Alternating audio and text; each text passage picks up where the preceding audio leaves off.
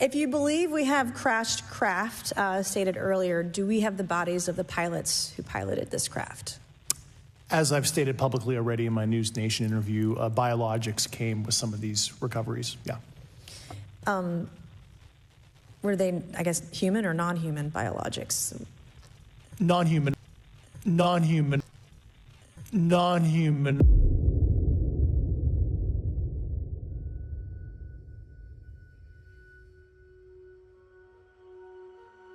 一份近年由美國總統簽署，本應係保護揭密者嘅法案，而家被一班相信有 UAP、相信有非人類生命體存在嘅人當作護身盾。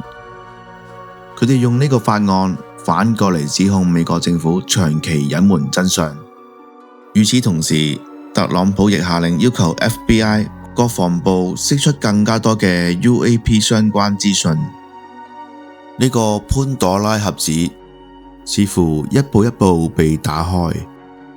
到底聽證會上講嘅墜毀飛行器同埋非人類遺骸究竟係指緊乜嘢？係真正嘅非人類生物組織定係另有含義？佢講完之後發生咗咩事？有冇人繼續跟進？有冇更加多嘅人願意企出嚟？由羅茲威爾事件之後到而家，美國政府究竟經歷過啲乜嘢？官方最後又點回應？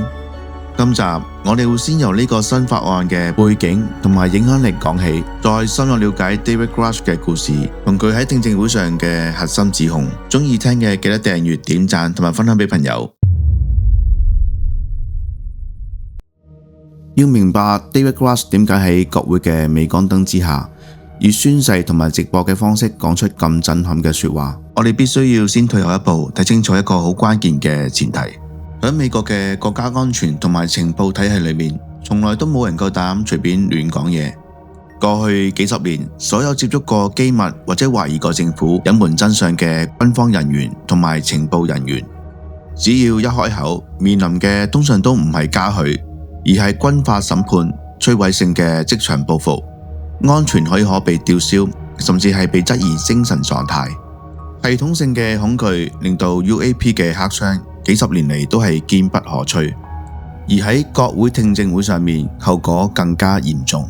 任何證人一旦宣誓作證，如果被證實故意提供虛假資訊，就會有機會面對作偽證嘅刑事指控。呢一個唔單止係內部處分，而係可能導致罰款甚至監禁嘅聯邦罪行。換句話說， Grush 同埋其他嘅證人坐喺度嘅時候，已經好清楚知道佢哋講嘅每一句說話都有可能被永久追究。呢一個原本多年堅不可摧嘅盒子，直到近年出現咗一條裂縫。呢條裂縫嘅起點係一連串由美國國會推動2022年由拜登總統簽署生效嘅情報界揭密者保護機制改革，當中最核心嘅係透過國防授權法案 NDAA 以及情報授權法案入面嘅修訂條例，大幅強化咗對聯邦機密吹哨者嘅法律保障。簡單嚟講，當一個情報人員發現自己嘅上司或者某個部門正執行一個完全繞過國會監督，甚至可能違憲嘅計劃嘅時候，佢哋有咗一個合理嘅申訴管道。呢個管道叫緊急關注事項。按照呢個機制，吹哨者可以唔使再層層上報，隨時被內部消化，而係可以直接向情報體系督察長提交機密證據。更重要嘅係，法律明文規定，任何對呢一類合法舉報嘅行為進行報復、威脅吊銷安全許可或者係施加行政壓力嘅時候，都屬於犯法。理論上，呢個機制嘅出發點係為咗加強內部監督，防止行政權力過度膨脹。但係當呢個法律工具落咗喺 UAP 呢個題目上面，情況就完全唔同咗。佢無意間變成咗一班長期被封口嘅內部人士手中最強大嘅護身盾。David Grush 正正就係呢個歷史轉捩點裏面最識得利用呢個法律框架嘅人之一。當其他嘅人仲驚緊保密協議 NDA 嘅懲罰嘅時候， Grush 選擇咗一條極度精準、完全符合法律程序嘅路。佢搜集內部證詞、文件同埋項目代號，然後正式向情報體系督察長提交咗長達數十頁嘅吹哨者申請。呢個舉動帶來極之震撼巨大嘅係因為情報督察長審視過佢嘅指控之後，正式裁定呢個申訴係具可信度且極度緊急。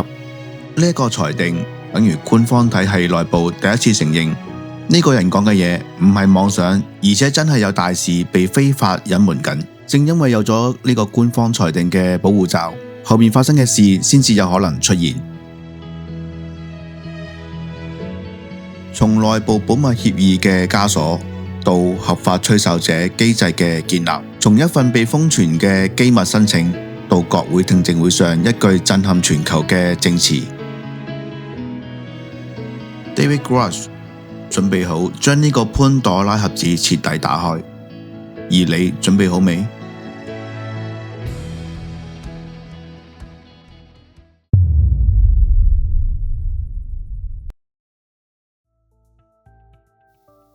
要真正了解2023年嗰場聽證會點解會引起咁大嘅關注，我哋必須要先回答一個根本嘅問題。當日坐喺莊嚴嘅國會，用極之肯定嘅口吻回答非人類呢幾個字嘅男人究竟係邊個？如果按照電影劇本，揭發國家機密嘅人往往會被描寫成為憤世嫉俗嘅叛逆特工，但係真實情況通常都係複雜得多。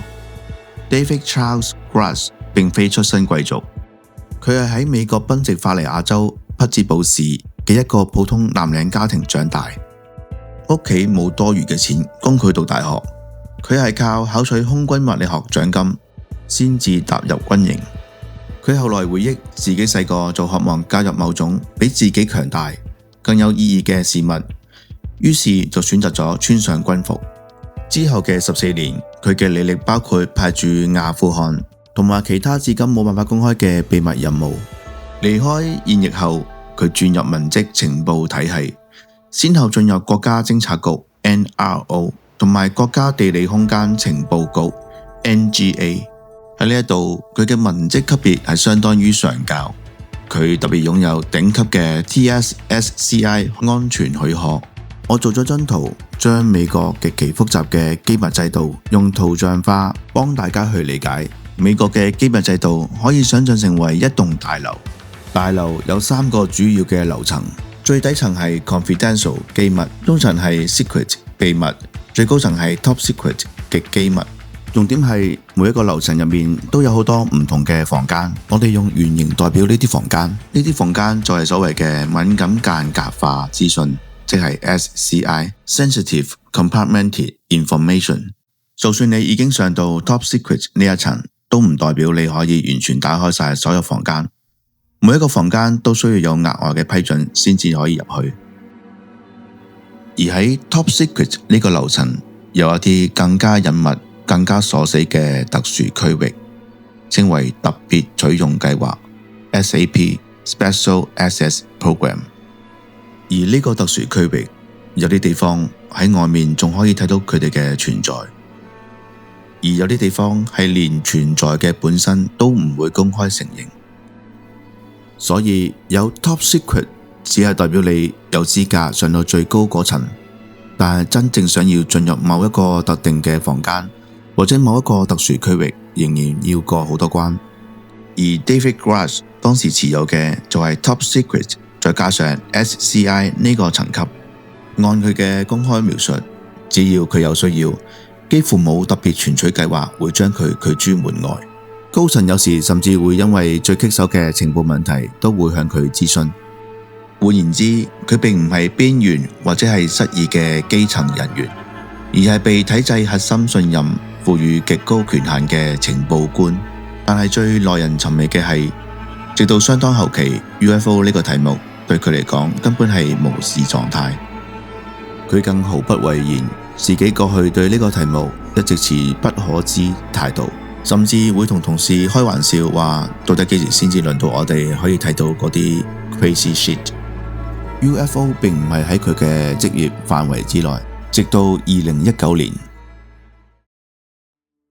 美國國防部成立咗 UAP Task Force， 上司轉發咗一封徵求代表嘅電郵， Grass 後來回想自己申請加入嘅動機其實好簡單，只係想喺年度嘅表現報告裏邊多一項資歷，加上佢有物理背景同埋極高機密許可嘅情況下，就咁樣順利入咗工作組。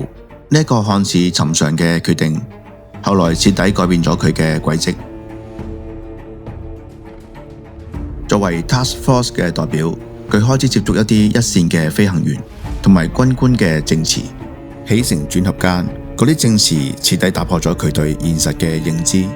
有人描述喺返工嘅路上被無聲嘅三角形物體低空盤旋，亦都有飛行員心有餘悸咁樣描述，僅僅係因為喺空中靠近咗某個不明物體，整架戰鬥機嘅機體表面同埋塗層就瞬間出現咗科學無法解釋嘅分子解體同埋異常斑紋。但係令 Grush 更加注意到嘅唔係呢啲異象嘅本身，而係恐懼。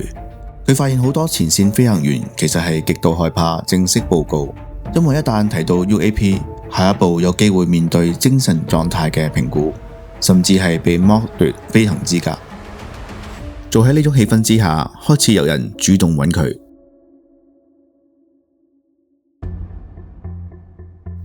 根據 Grush 後來嘅公開講法，有啲佢認識多年、資歷深厚嘅現任同埋前任嘅情報官員陸續向佢透露，美國內部存在住一個長期運作、高度間隔化嘅 UAP 墜機回收同埋逆向工程計劃。呢個計劃透過嚴格嘅間隔管理同埋私人承包商運作，成功避開常規嘅監督，而當中處理嘅唔只係殘骸同埋未知嘅技術，仲包括伴隨住出現嘅生物學相關證據。Grush 嘅最初反應係乜嘢？佢直言 totally nuts， 甚至一度懷疑呢一個會唔會係一場針對佢嘅測試或者係欺騙。但係隨住越嚟越多佢信任嘅人帶同更多細節找上門嘅時候，佢開始失眠。但係身為情報官，佢選擇咗自己做查證。佢利用自己嘅權限，正式申請進入相關項目嘅核心審查，但係結果被拒絕。之後阻力開始出現。根據佢嘅描述，隨之而嚟嘅係包括職場上嘅排擠同埋其他形式上嘅壓力。喺嗰個低谷嘅十字路口，只要佢同其他人一樣閉上眼睛，當咩事都冇發生過，佢仍然可以安穩坐喺權力核心，攞住優厚嘅薪水，繼續平步青雲佢嘅情報職涯。但係佢並冇咁做到。2022年，佢選擇咗一條危險但係符合體制嘅道路。佢直接跨越咗佢內部嘅上司，向情報界督察長提交咗震撼內部嘅正式申訴。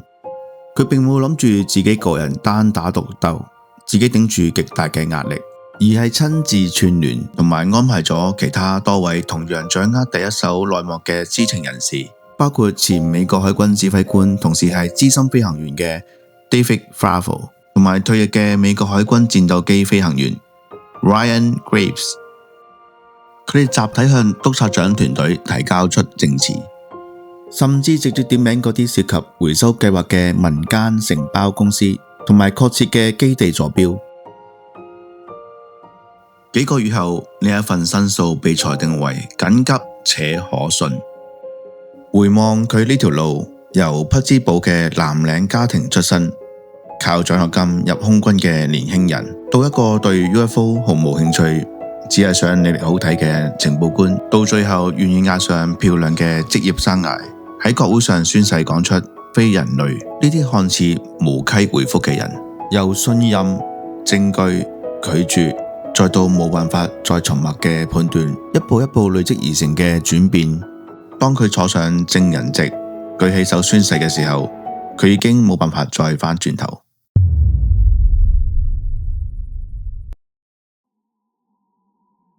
2023年7月26號，美國國會眾議院一場史無前例嘅聽證會正式展開。